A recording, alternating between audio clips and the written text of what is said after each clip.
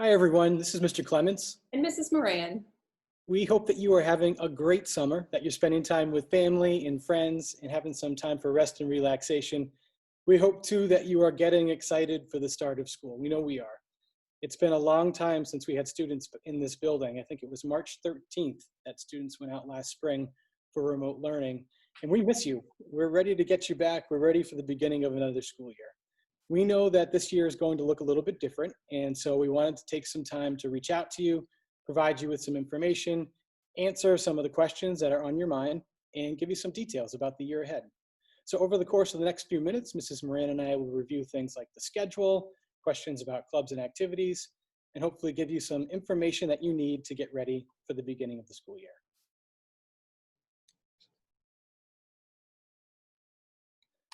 So let's get started and take a look at the year ahead. As you know, the school year is going to begin a little bit later than we initially planned.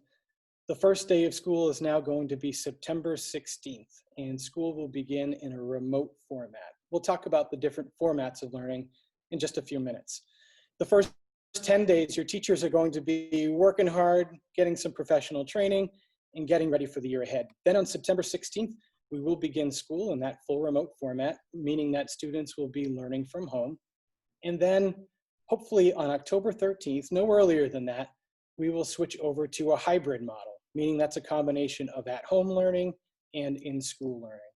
Now, all of the district's plans for reentry have been published in Inspired Learning in Unimagined Times, and you can see the link there of bit.ly at /MERSDA reentry plan if you wanted to read the entire document.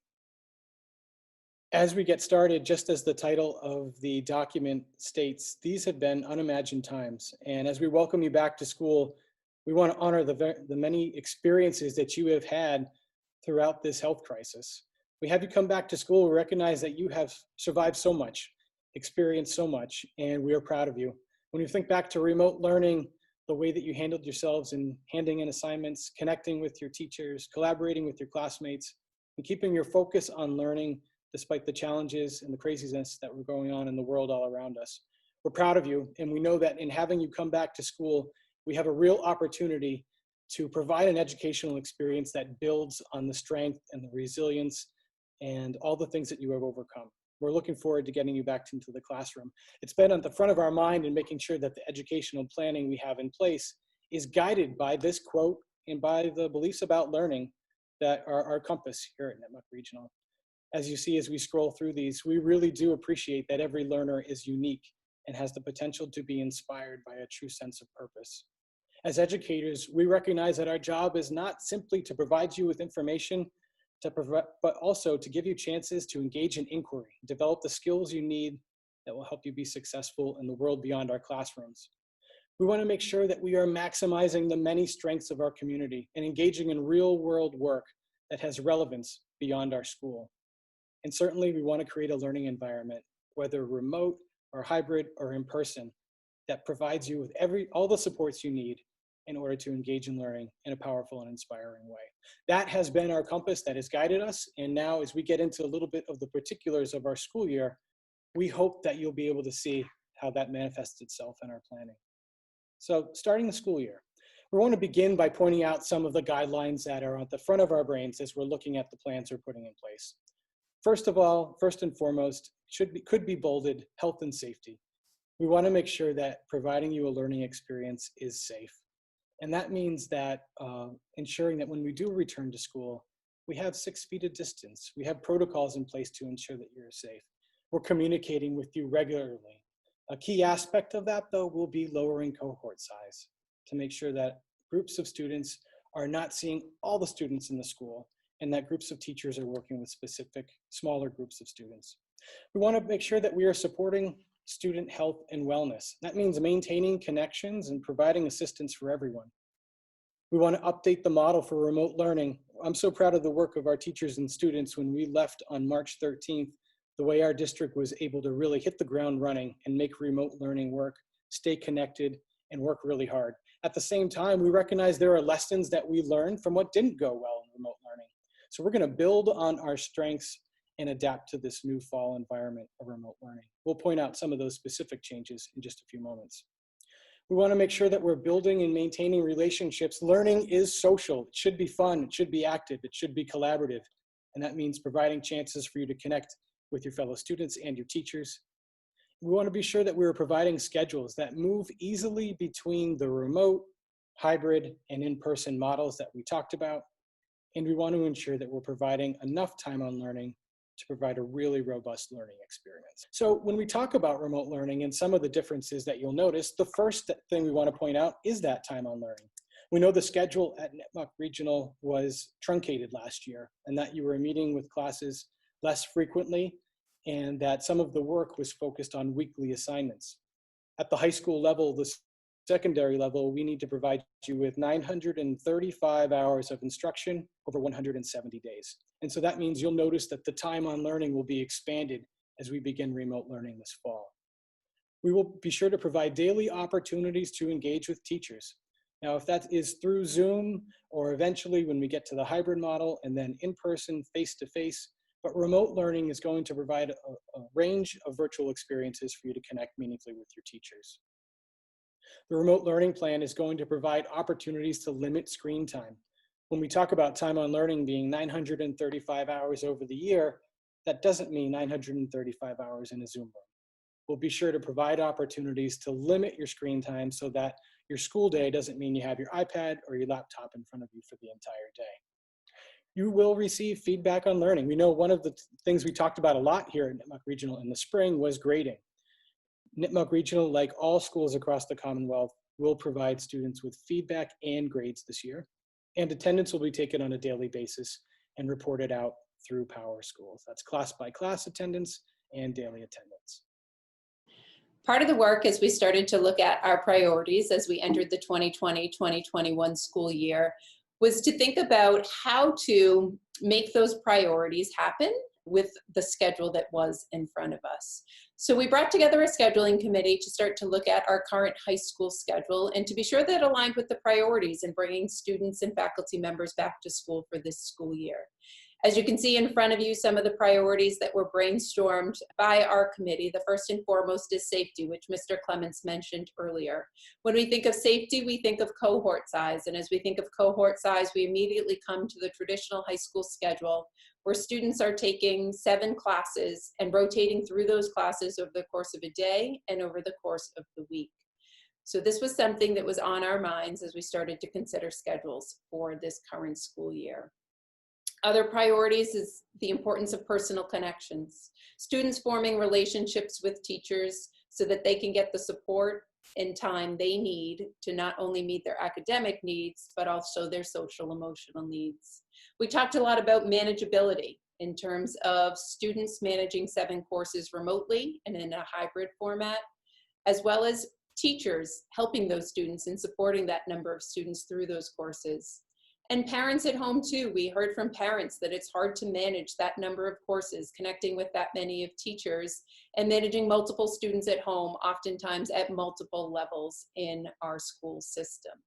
We wanted to have a schedule where we were creating opportunities for students. We were opening doors. We were allowing them to take the courses that were of most interest to them rather than closing doors. We wanted a schedule that was flexible, that could easily move from the remote format to a hybrid format, to an in-person format to create alignment for our students. And then obviously meeting DESE's time on learning requirements, making sure that we were hitting that 935 hours for our students. So our work began as a scheduling committee considering these priorities and looking at our current schedule and determining if our current schedule was meeting the needs. I think one of the first concerns we bumped up against was the safety perspective. And how do you move that many students throughout a high school to that many classes over the course of a given day or week and ensure the safety? So we started to look at other options and get feedback from the people that were around us, from students, from counselors, from teachers, from other schools. We connected with school leaders from other schools to look at the options. And we considered quite a few options along the way, but in the end, felt that a semesterized 4x4 schedule, which I will give you some details on in a minute, was going to best meet each of these priorities listed here.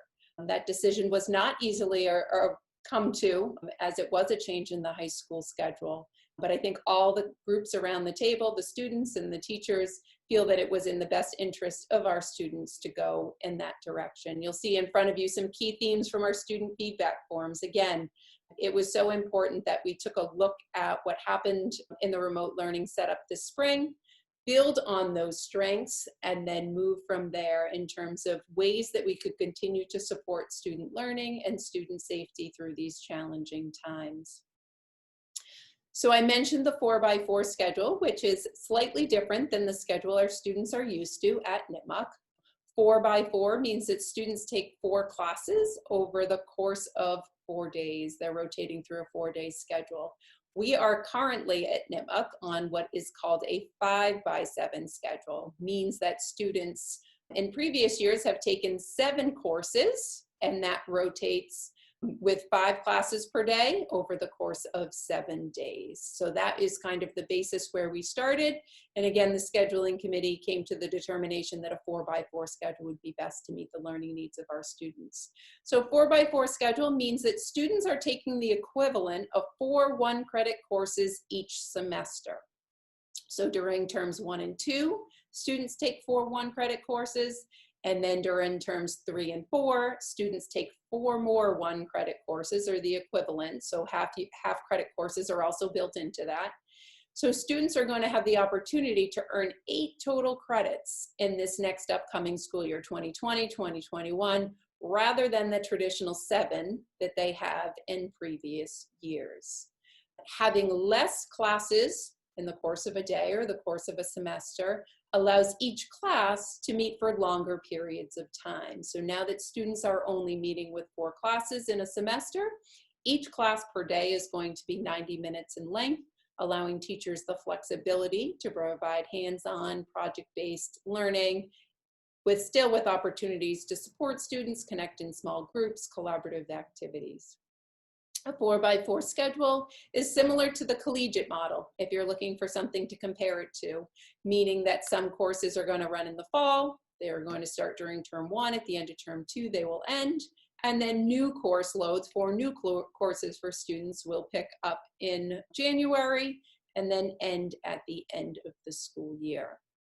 The schedule that we do have proposed meets on time on learning requirements, but at the same time includes opportunities for co-curriculars and support. We felt that this was a critical component and something that our students were missing, not being in the school building this spring and knowing that we were starting remotely. We wanted opportunities built into the schedule for students to receive the support they need, connect with those groups, connect with their advisories above and beyond their academic course load. In just a moment, I'm going to walk you through the 3 different models of the 4x4 schedule that we have proposed. So we're going to talk about the 4x4 model in a remote setting, the 4x4 model in a hybrid setting, as well as the 4x4 schedule in an in-person setting. We'll spend most of our time talking about the remote setting, but we wanted to also provide the schedules for hybrid and in-person so that students and families would know what that would look like as we transition to each of those models. So in front of you on the screen, you see the Nipmuc remote learning schedule. Being that it's a 4x4 schedule, students only have 4 classes. So our schedule used to run A, B, C, D, E, F, G. No longer do you see E, F, G because students only have 4 classes per semester, 8 classes total. So each day you see each of the blocks, A, B, C, D, with the exception, well, Wednesday you still see A, B, C, D, but it looks a little different. We'll talk about that in a minute. And they rotate through. So on Monday, A block is first, move to B, then to C and D. Tuesday would start with B block, and so on and so forth through the week. Classes meet for an hour and a half each, so that 90-minute block with a break in the middle. Student day is still going to start at 7:30 in each of our models. In the remote learning schedule model, the student day ends at 2:20, which is a little bit longer than the day ends now. Our current day ends at 2 o'clock from last school year. That little bit longer ending a day allows students to have 10-minute breaks in between classes. Our hope is that students will get up during that time, stretch, get outside, get some fresh air, get a snack, and then be ready to come back in for their next class of the day. It also allows students a 30-minute lunch, so time to really take a break, disconnect from their technology, check in with family members and friends who are home, and then be able to engage for their last block of the day. You say Wednesday is shaded in a little bit different of a color. Wednesday is a little bit of a different day in the remote learning schedule.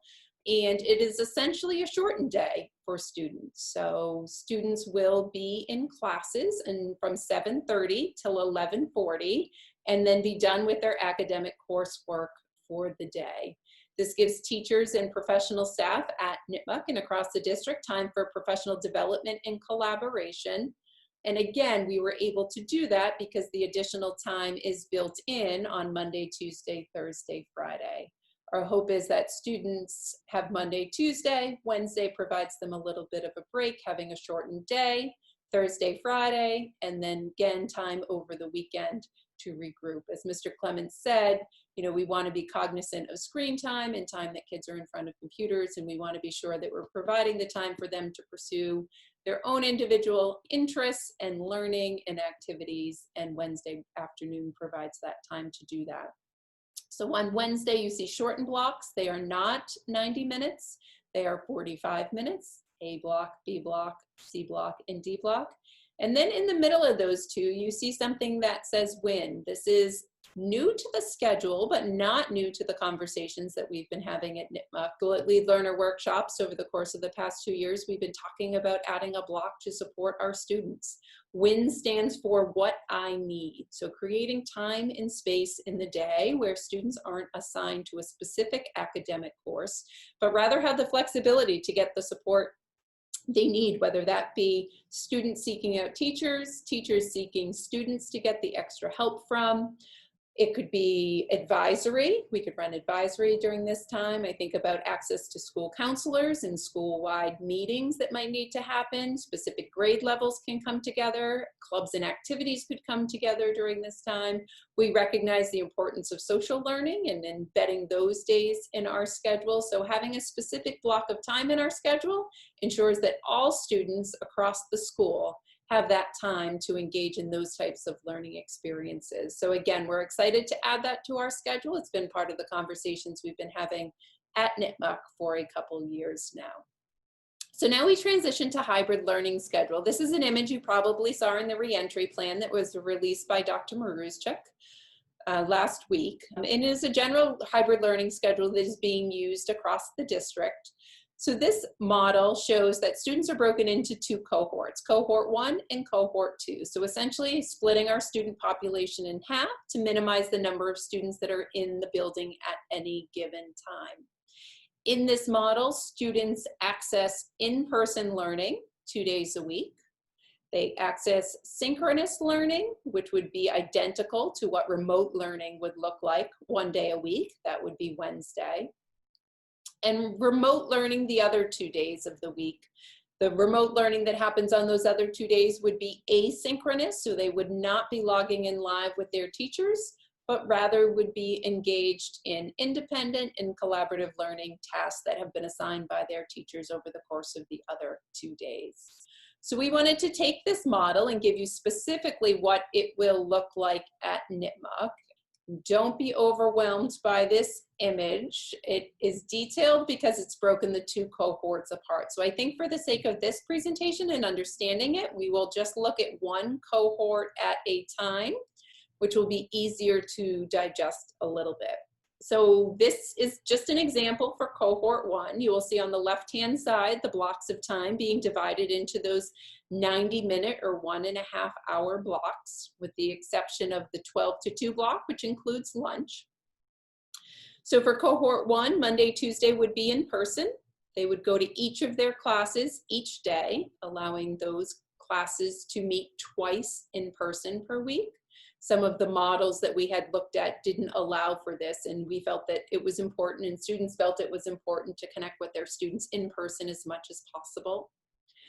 Wednesday, you see that synchronous remote learning day, which is identical to the schedule we just looked at for remote. So nothing would change there. We'd go A through D blocks. The students would have a truncated day at 11:40, and that WIN block is built into that.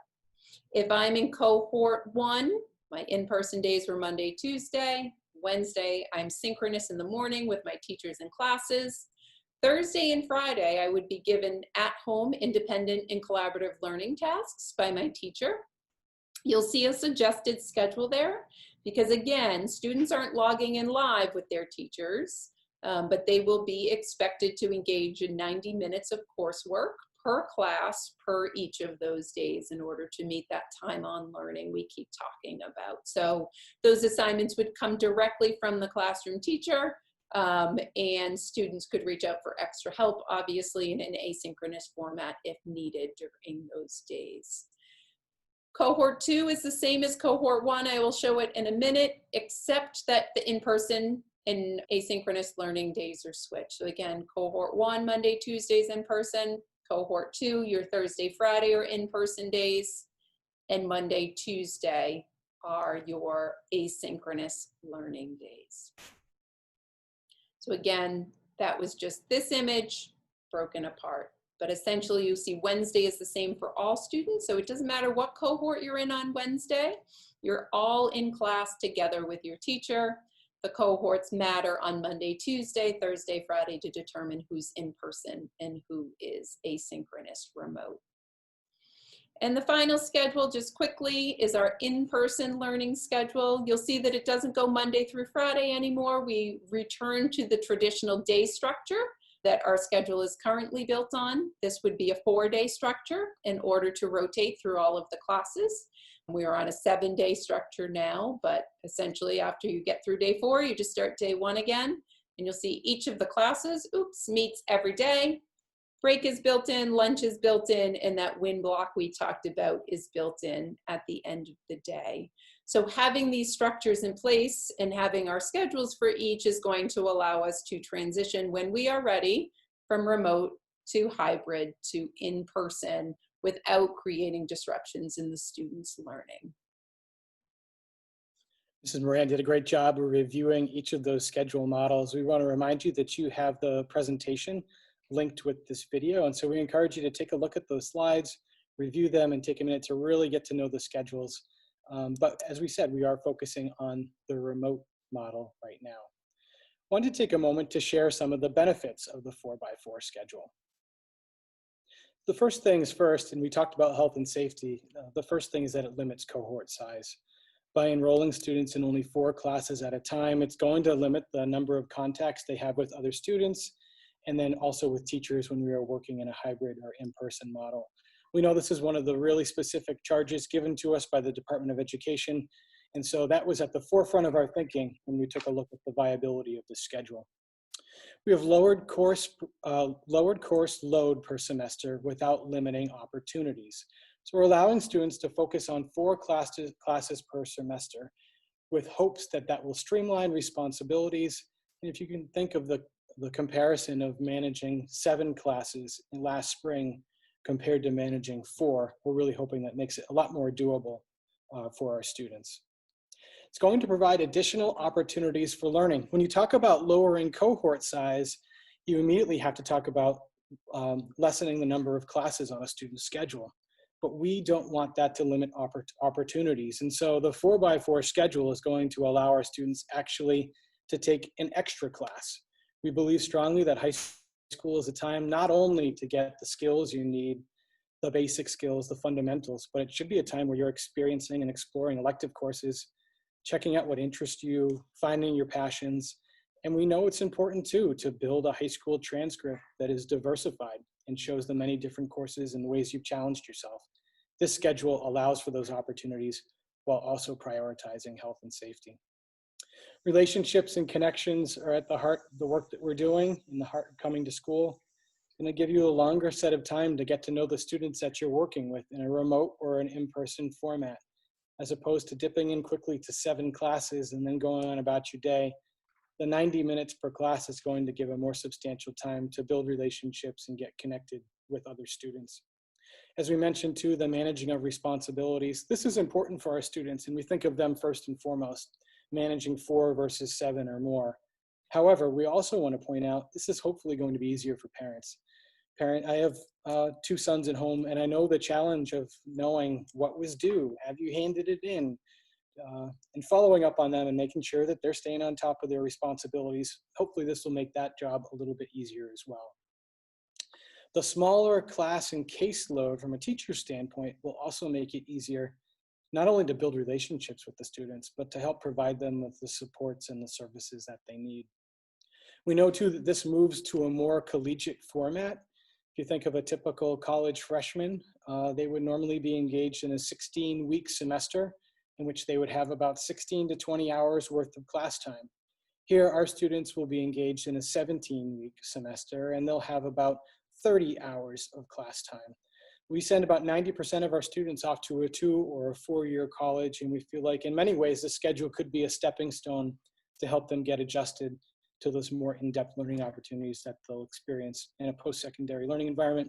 And then that it's well established. The 4x4 schedule model is one that we are seeing not only used widely during this health crisis, but we know many schools use the 4x4 just as part of their regular way of doing business. It is well established, it's been around for a while, and that's great for us because it allows us a huge network of schools and educators that we can lean on and steal some best practices from.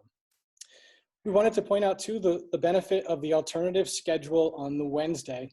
Limiting screen time is important. We need to give our students time away from Zoom rooms, away from their iPads and laptops.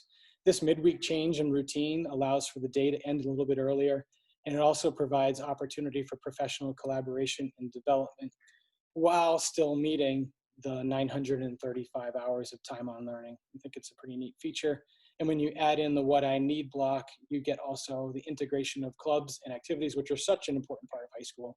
Bringing in advisories, class meetings, support from teachers. We're still in the process of defining everything of what the what I need block could be, the when block could be. But as Mrs. Moran said, it's something that we're excited about because it has a lot of possibilities to meet the needs of our kids. So as we go through this presentation and share some of this initial information with you, we recognize that you probably have lots of questions swirling around in your brain about the 4x4 schedule, about reentry, about what remote learning is going to look like. So we tapped into our students and our teachers to try and gather some of those questions that we could answer for you, which will hopefully be some of the same questions that are on your brain. At the end of us going through some of the questions answers, we're going to share with you other ways that you can connect with us to hopefully answer some more of your questions. And for those questions that we don't have answers to yet, please know that we're working hard to get as much information out to our students and our families as possible and as quickly as we can. So one of the first questions that came up, and something that the scheduling committee talked a lot about, was the start time of the day. So we know high schools across the Commonwealth and across the country are considering some later start times, and that was something our committee tackled. So one of the questions that comes up is, why are we starting the school day at 7:30?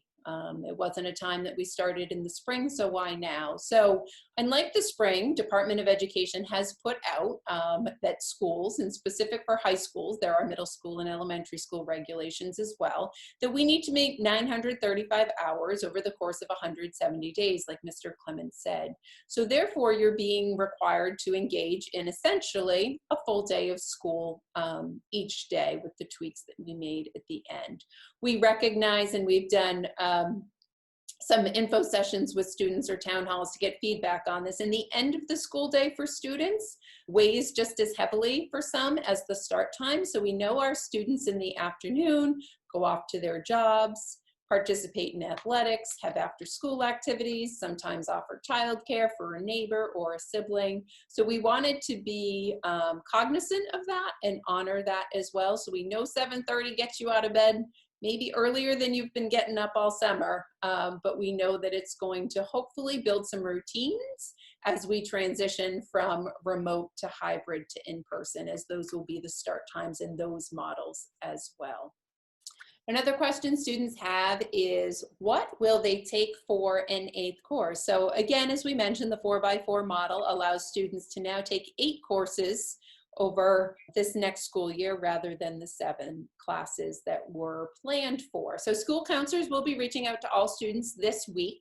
We're working with department chairs right now to finalize elective offerings, as we are hopeful to add a few more courses to our course catalog, and are going to be asking students to select an additional course with an alternate. So it's really important that students check your email accounts this week, as that email from counselors is going to go to your MURSD email accounts, and we can't move forward with the scheduling process until we get that information from all our students. So if we don't hear back from you on the form, we will be reaching out directly to students via phone to remind them that they need to get that form done.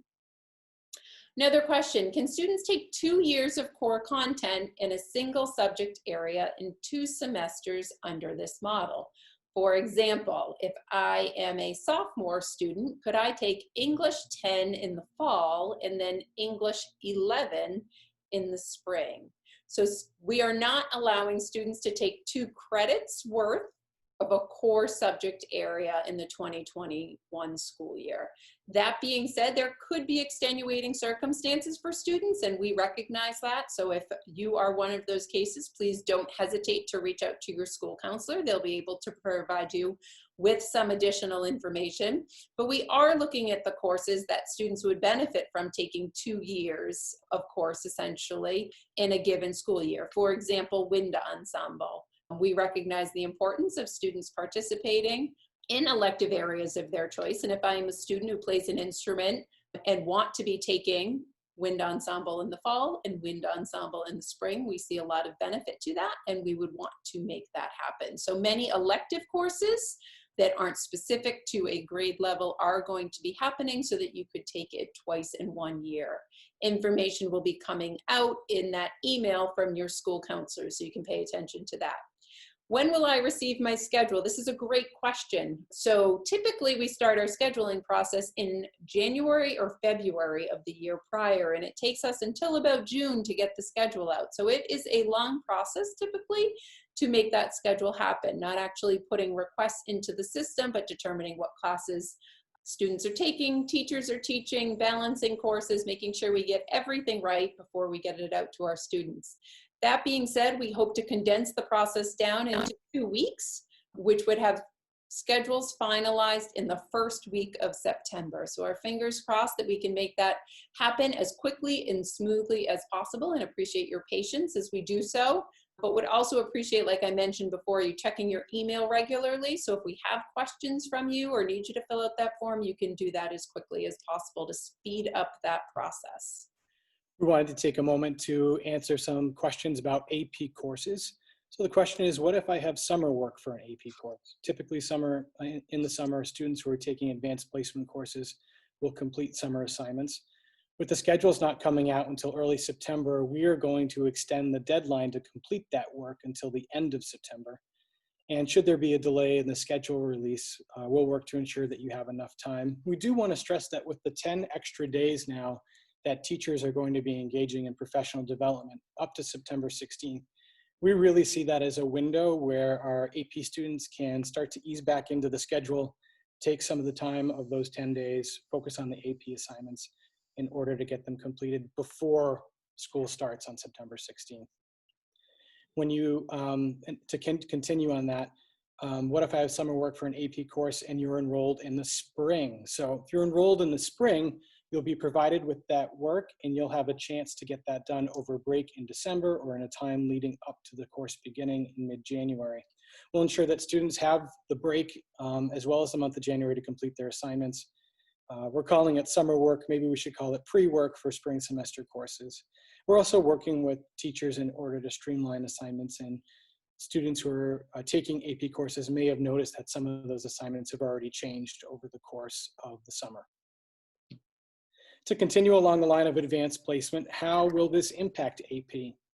Well, courses now, AP included, will be taken either in the fall or the spring. Remember, these are full 1 credit courses that will be offered in a truncated amount of time month-wise, but we'll have more in-depth time, 90 minutes per course.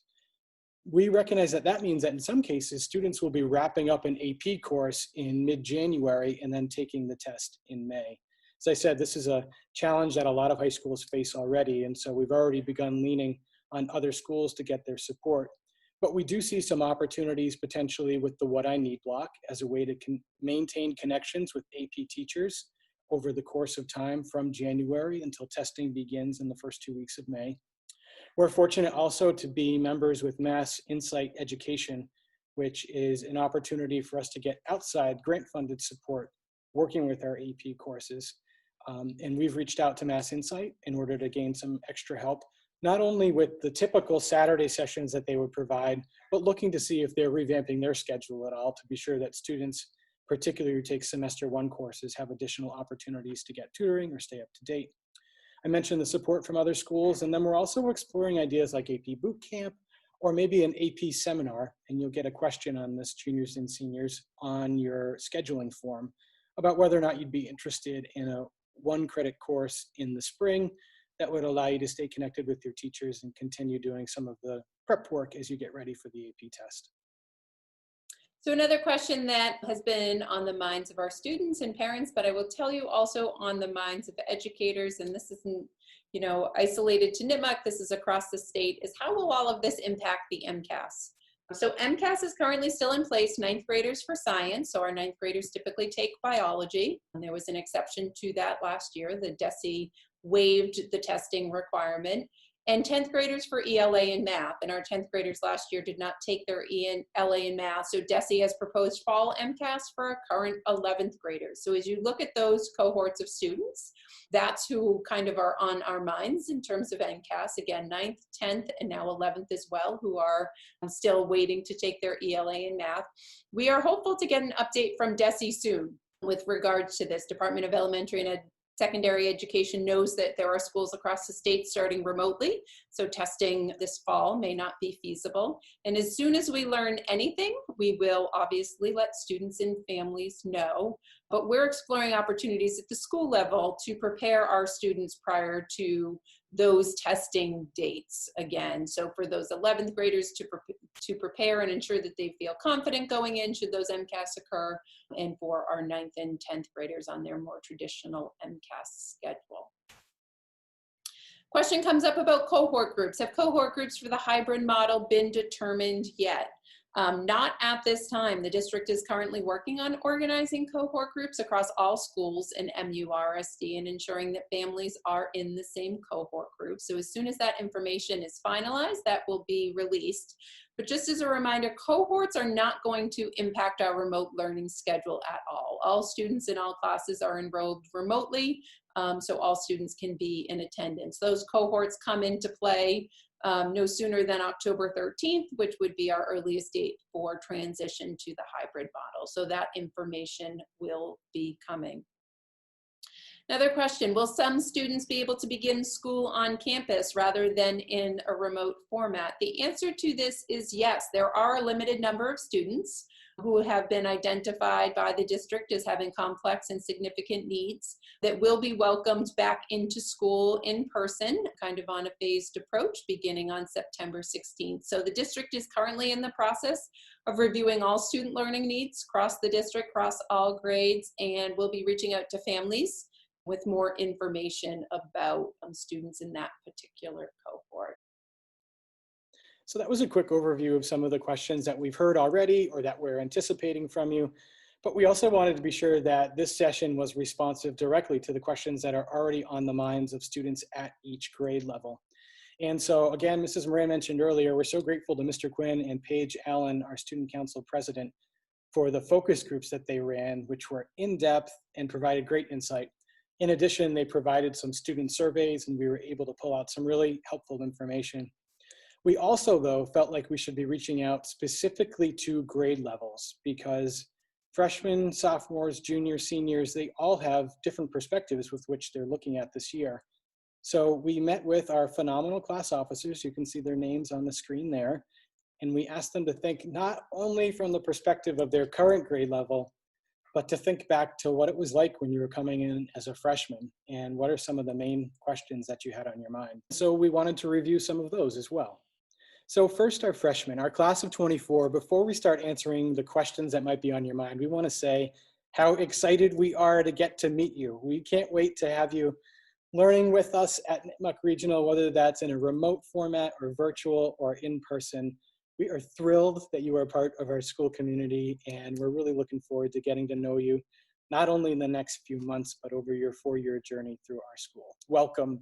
We're excited to have you as part of this community. We know a primary question on the minds of freshmen is what about orientation? And we had initially planned to host an in-person orientation in late August.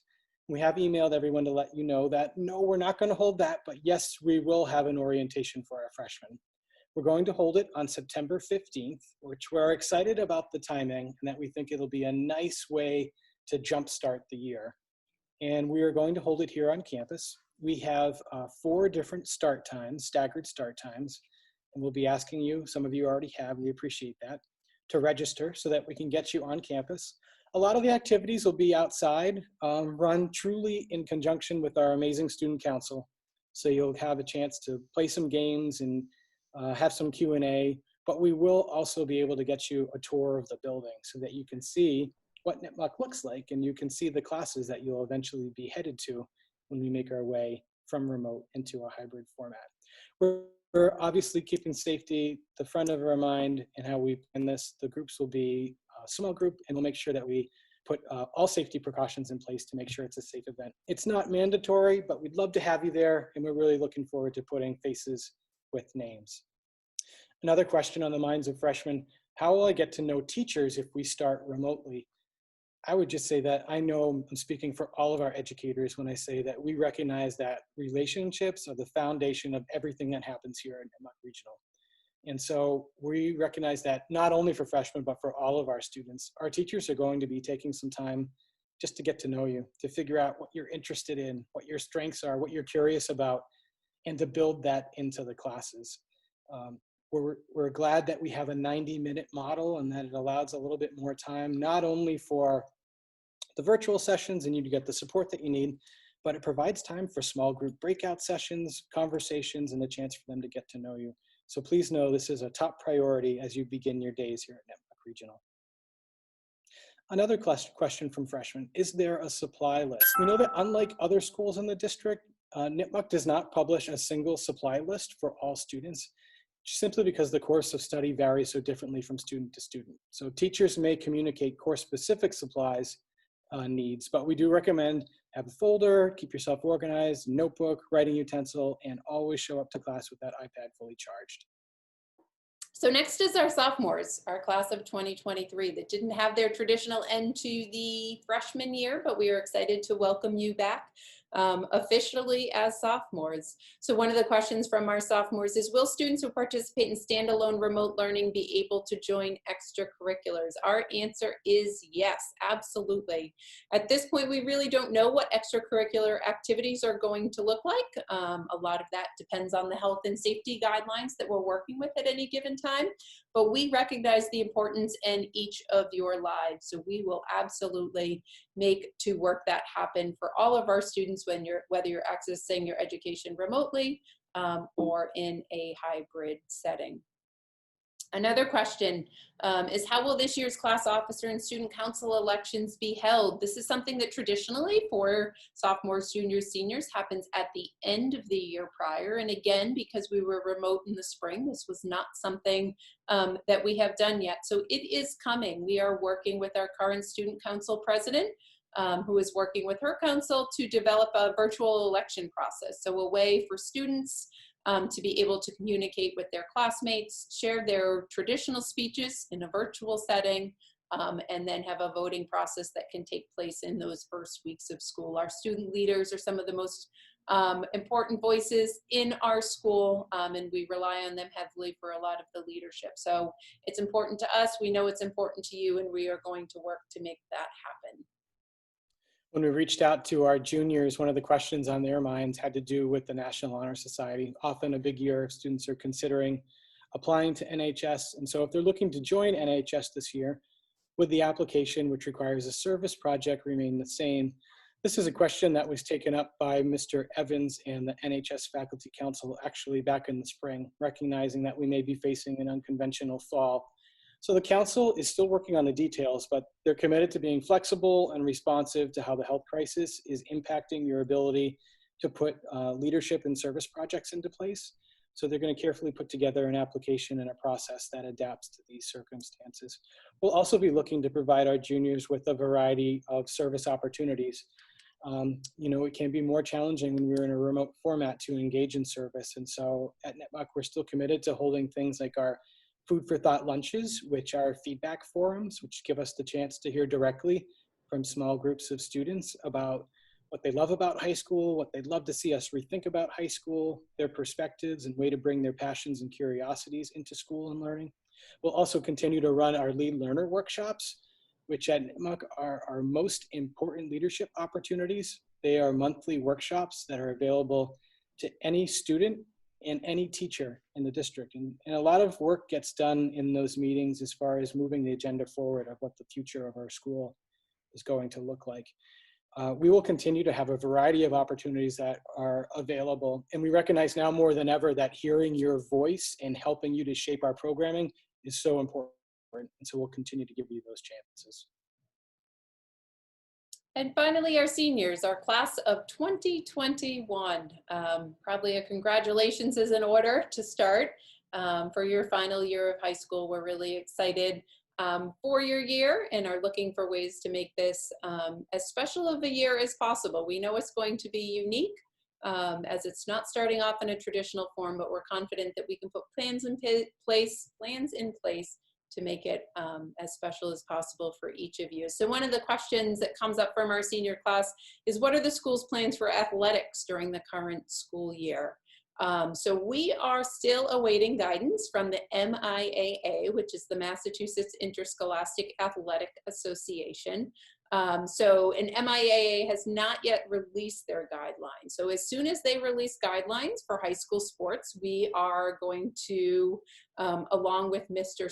Schmidt, collaborate and figure out what athletics is going to look like at Nipmuc Regional High School and be able to share that information out. We're assuming that there's going to be quite a number of questions there as well. We're going to be tapping into our students and school community to answer as many of those questions and create a plan that meets as many students' needs as possible.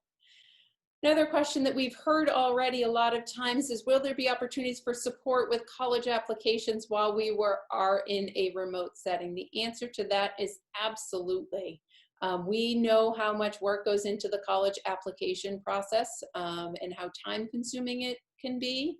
And how it's looking non-traditional in some aspects as well, as you can't visit all those school campuses. But our school counselors are committed to and will continue to guide our seniors and their families every step of the way.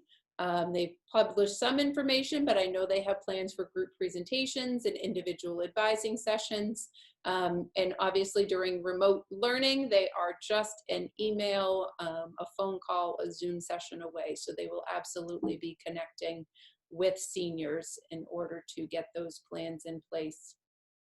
Another question that's on the minds of probably all students, but especially our seniors: what happens if this fall we are not able to hold homecoming, FAST, or other events that are important to seniors? And again, we recognize the importance of all these events to our students, but especially to our seniors. And we want to be flexible. We want to figure out how to make it happen. So there's the potential that they won't happen this fall, but we're committed to figuring out and working with our student body to figure out if there is a way to hold them this spring or in an alternate format or outdoors. Any way that we can bring these traditions back into our school and our community. We know they're important for you, and we're going to be leaning on you to do some brainstorming with us, suggest ideas, and figure out how to make those things happen. We also wanted to share some tips for remote learning. We know that it's a challenge being home and being in the same environment, and for many students, coming to school is not only social, but it's a way to break up their day, commit to health and wellness, and to academic success. So we were able to steal some of this. We adapted this resource from a school in Australia, and we just thought it was pretty fantastic.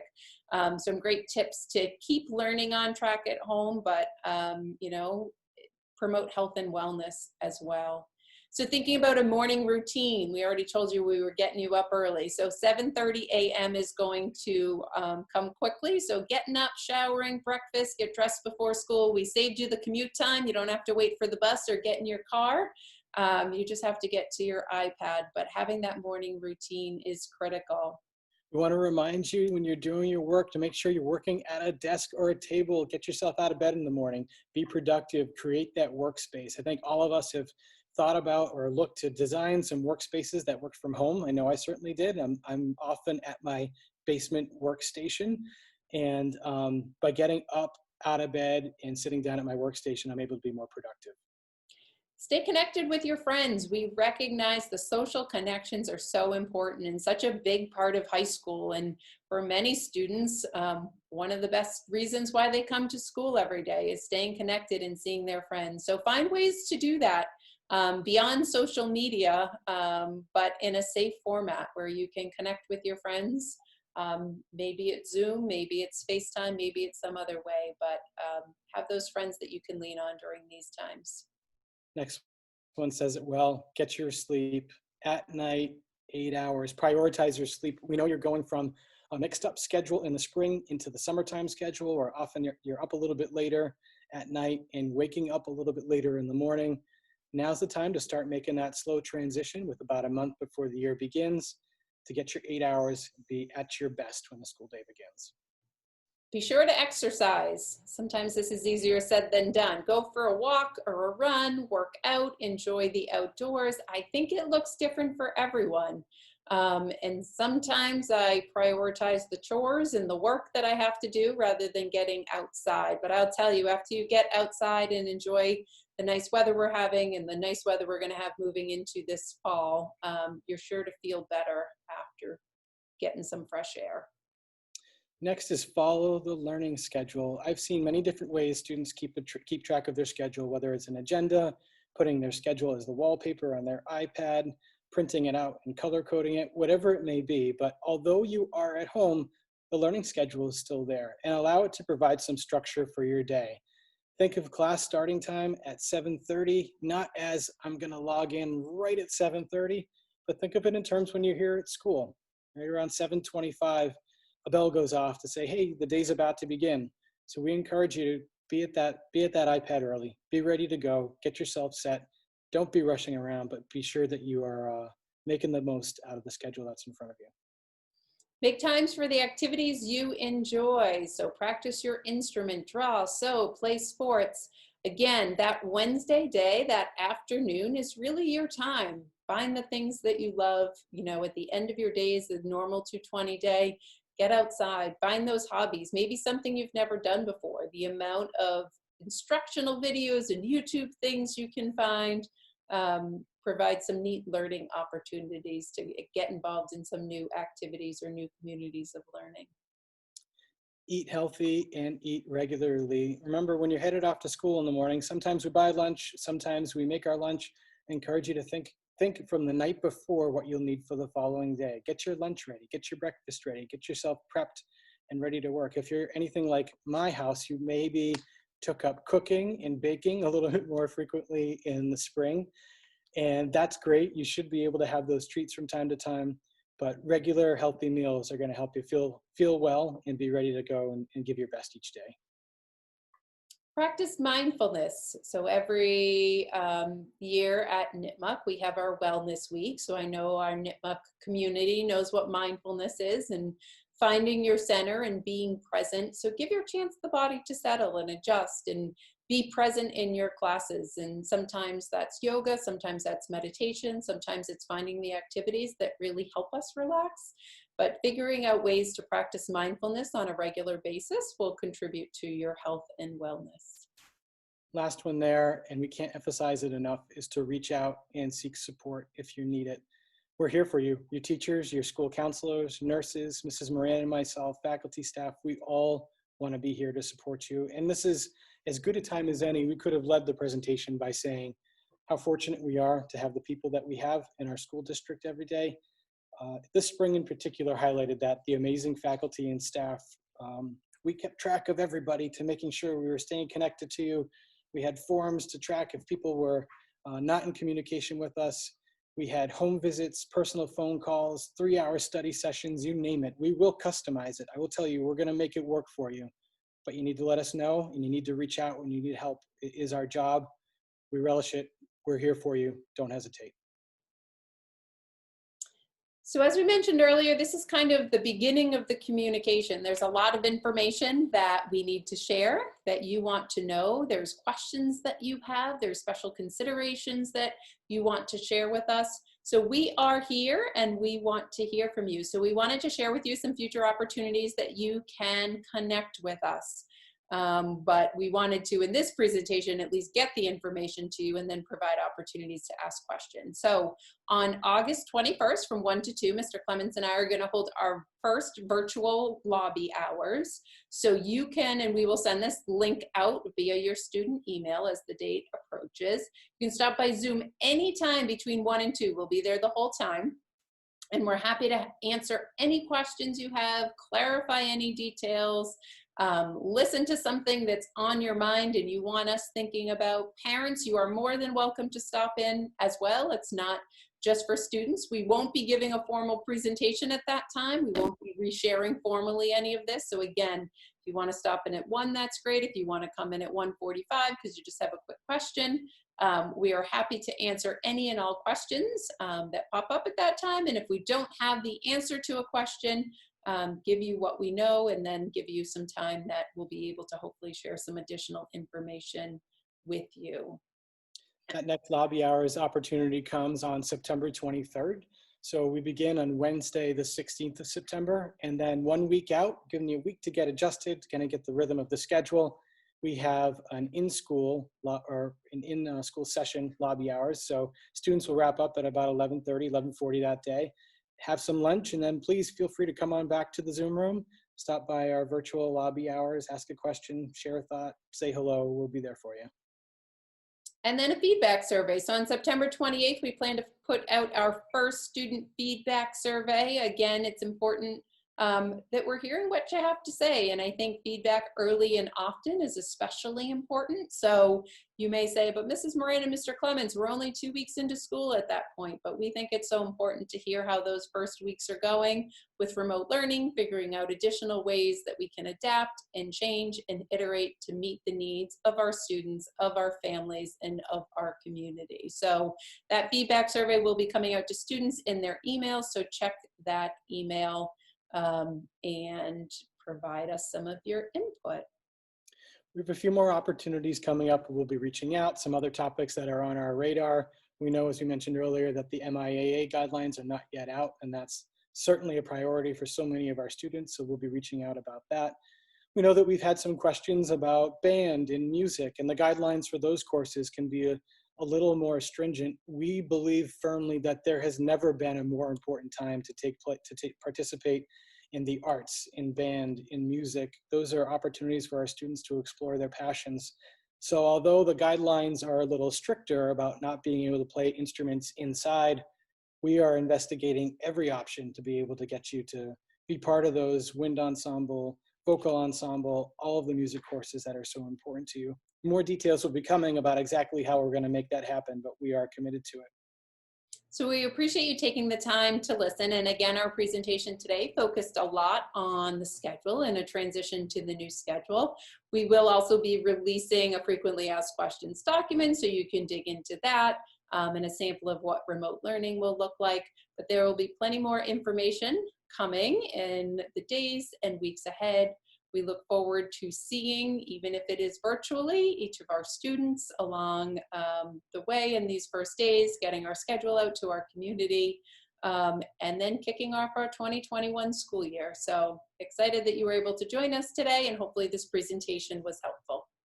We hope that we anticipated so many of your questions. We want to thank again our students who helped us to anticipate and get the student perspective. but also when we send out the survey, pardon me, when we send out the form to you asking you to select your 8th course, we'll also have an option there for you to provide us with some information, ask other questions that maybe we didn't cover today. But we're grateful for all of you. We're grateful to be a part of this community. We can't wait to meet our freshmen, to celebrate our seniors, and work with everybody in between. Enjoy the weeks of summer. We hope to see you at lobby hours on Friday. Take care, everyone.